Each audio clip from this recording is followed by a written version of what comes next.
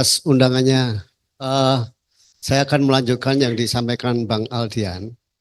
Kebetulan tahun 2018 ketika masih ya agak jaya lah, itu kami melakukan survei terhadap pengemudi baik ojol maupun taksi online, gitu ya.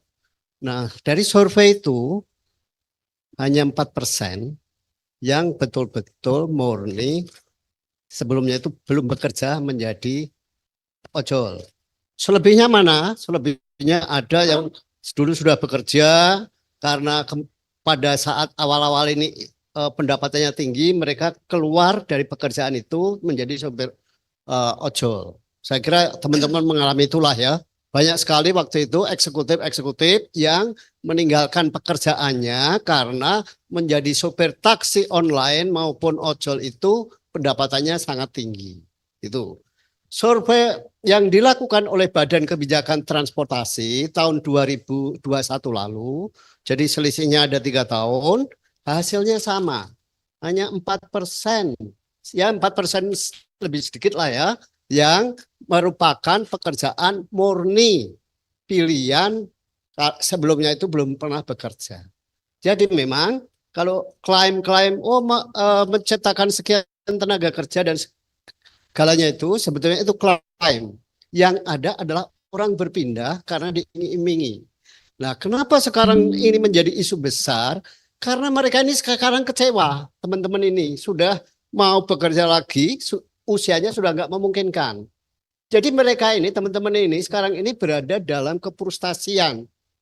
Sudah kehilangan pekerjaan tetapnya dulu karena diiming-imingi oleh bonus yang tinggi, tapi sekarang bonusnya sudah nggak ada, pungutannya makin besar, sementara mau balik ke pekerjaan yang lama sudah nggak memungkinkan karena usianya. Selain juga usaha sudah mulai berubah. Jadi sebetulnya inti masalahnya di situ bahwa teman-teman ini mengalami penurunan kesejahteraan, terutama tren itu mulai sangat terasa 2019.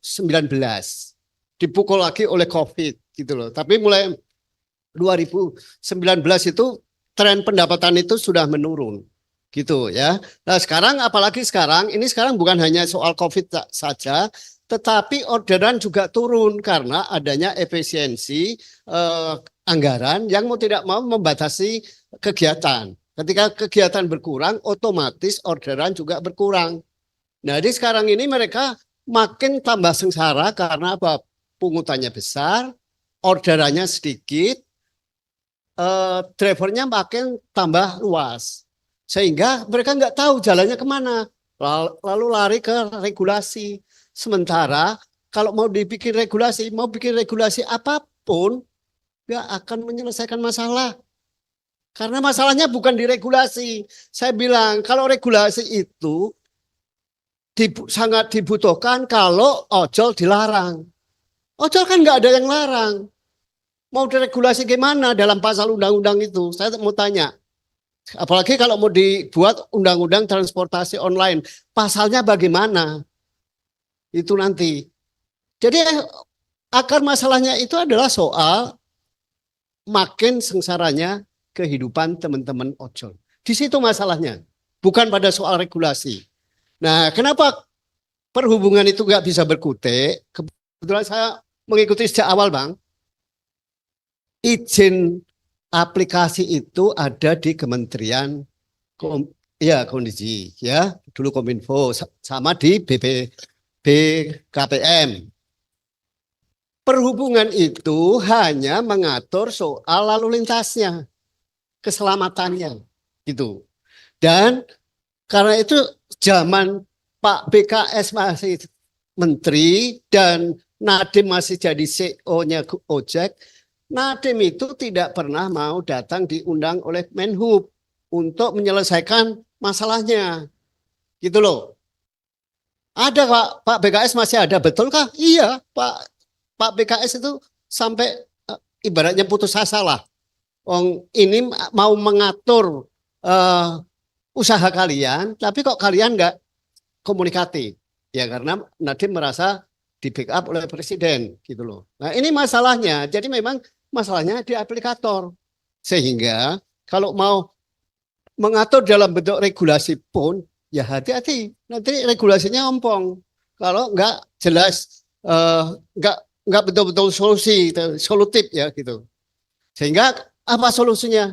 Ya menurut saya aplikator dipaksa karena kalau saya melihatnya bukan hanya dari pungutan-pungutan tadi, Bang. Kita tidak pernah ngecek berapa sih uang yang mengendap di aplikator itu. Kalau misalnya saya bayar pakai GoPay, pakai apalagi OVO, uang bisa ditarik berapa hari kemudian?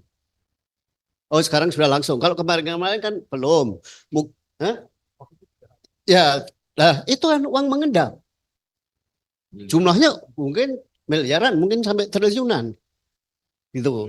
Dan aplikator ini banyak sekali mensponsori acara-acara gede itu. Itu yang selalu saya kritik. Ngapain sponsori acara-acara kenegaraan, acara-acara. Kenapa enggak itu dialihkan untuk kesejahteraan driver gitu loh.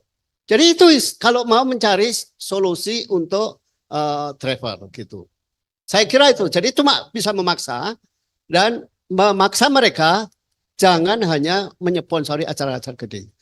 Terkait dengan soal pemotongan pungutan itu, saya masih ingat betul awal 2023 Jenderal Perhubungan Darat waktu itu Pak Hendro itu ngundang semua aplikator datang dan ngundang pengamat ada saya, Agus Pambagio, Joko Setiawarno dan Asasti Korenggolan.